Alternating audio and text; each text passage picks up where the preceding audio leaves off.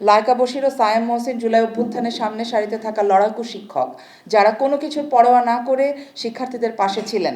কাজেই জুলাইয়ে নীরব থাকা আওয়ামী আমলের প্রশাসন তাদের হুমকি মনে করেছে।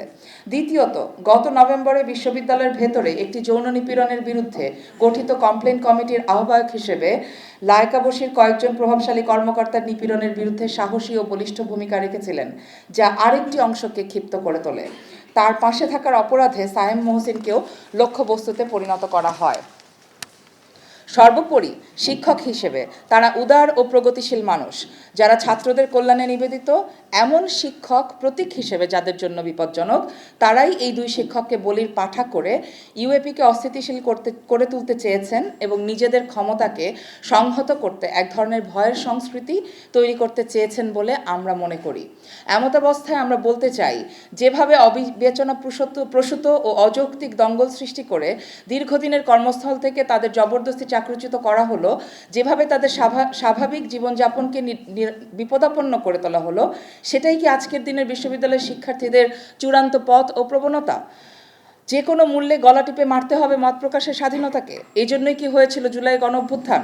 ডক্টর সায়েম মহসিনও দীর্ঘদিন ছাত্র কল্যাণ উপদেষ্টা হিসেবে কাজ করেছেন এবং অত্যন্ত জনপ্রিয় একজন শিক্ষক। তাকে কোনো রকম যথাযথ কারণ না দেখিয়ে বা তদন্ত ছাড়া কেবল আওয়ামী লীগের সমর্থক বলে ট্যাগ দিয়ে চাকরিচ্যুত করার মতো একটি হাস্যকর ও নিন্দনীয় কাজের দায় কেন বিশ্ববিদ্যালয় নিল, তা আমাদের বোধগম্য নয়। তবে বিশ্ববিদ্যালয় প্রশাসনের এমন ভূমিকা অত্যন্ত অনভিপ্রেত এবং অগণতান্ত্রিক। সহকর্মী হিসেবে আমরা অত্যন্ত সংক্ষুব্ধ। বিশ্ববিদ্যালয়ের শিক্ষক নেটওয়ার্ক স্বেচ্ছাচারী এই দঙ্গলবাজ শিক্ষার্থী ও তাদের প্রতি নতজানু হয়ে শিক্ষকদের চাকরিচ্যুত করার মতো দায়িত্বহীন বিশ্ববিদ্যালয় প্রশাসনের আচরণের তীব্র নিন্দা এবং প্রতিবাদ জানাচ্ছে। প্রতিবাদ ও ঢাল বানানো হয়েছে ধর্মাবলম্বীকে এবং ব্যবহার করা হয়েছে দঙ্গলবাজদের। তদন্তের আগেই যদি সিদ্ধান্ত নিয়ে নেওয়া যায় যে একজনকে চাকরিত করা হবে, তাহলে সেই তদন্ত কখনোই সুষ্ঠু ও নিরপেক্ষ হতে পারে না। শক্তিশালীর আকাঙ্ক্ষা বাস্তবায়ন হয়ে ওঠে তদন্তকারীর একমাত্র উদ্দেশ্য। লায়কা বশিরের বিরুদ্ধে সেটাই করা হয়েছে বলে এই পুরো প্রক্রিয়াটি আইনের দৃষ্টিতে আসলে বেআইনি ও ন্যায় বিচারের ধারণার পরিপন্থী।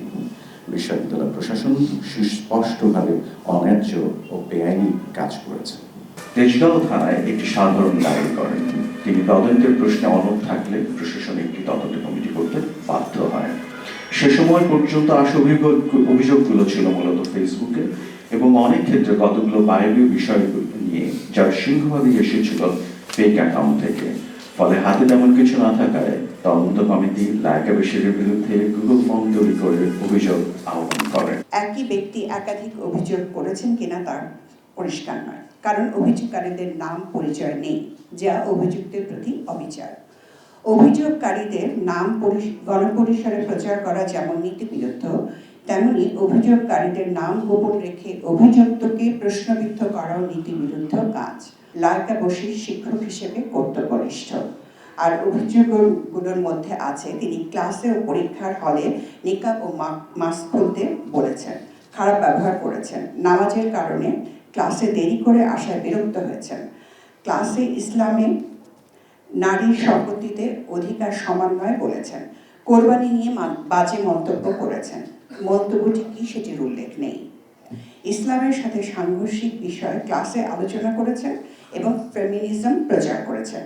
এছাড়াও তিনি নাস্তিক এমন মন্তব্য এসেছে দুটি উত্তরে। সমাজবিদ্যার ধারণা অনুযায়ী এগুলোর কোনোটি প্রমাণ বা অপ্রমাণ করা প্রায় অসম্ভব। উল্লেখ্য, তদন্ত কমিটির চিঠিতে লিখিত উত্তর দেওয়ার জন্য তাকে সময় দেওয়া হয়েছিল 22 জানুয়ারি পর্যন্ত এবং তার কথা শোনা হবে সে প্রতিশ্রুতিও ছিল। অথচ এসব প্রক্রিয়া সম্পন্ন করার আগেই সংঘবদ্ধ চাপের কাছে বিশ্ববিদ্যালয় প্রশাসন নতজানু হয়ে চাকরিচ্যুত করে। আর ডক্টর সায়েম মহসিনের ক্ষেত্রে কোনো ধরনের প্রক্রিয়াও অনুসরণ করা হয়নি। কোনো তদন্ত কমিটি করার আগেই তাকে চাকরিচ্যুত করা হয়েছে, যা সম্পূর্ণ বেআইনি ও নীতিবিরুদ্ধ কাজ। পুরোটাই সামাজিক মাধ্যমে চাপ তৈরির প্রতিক্রিয়া, যার সিংহভাগই তথ্যের মিসরিপ্রেজেন্টেশনের মাধ্যমে হাসিল করা হয়েছে। এরপর শিক্ষা প্রতিষ্ঠানের স্বাধীন চিন্তা ও তর্ক বিতর্কে কোনো জায়গা রাখবে না। আমরা নিশ্চয়ই এমন প্রবণতাকে বাংলাদেশের উচ্চশিক্ষার চিন্তা চর্চার প্রশ্রয় দিতে পারি না। এসব চলতে থাকলে ভবিষ্যতে বহির্বিশ্বে উচ্চশিক্ষার ক্ষেত্রে বাংলাদেশিদের ভয়াবহ মাসুল দিতে হবে বলে আমরা আশঙ্কা করি, যা কোনোভাবেই কাম্য নয়।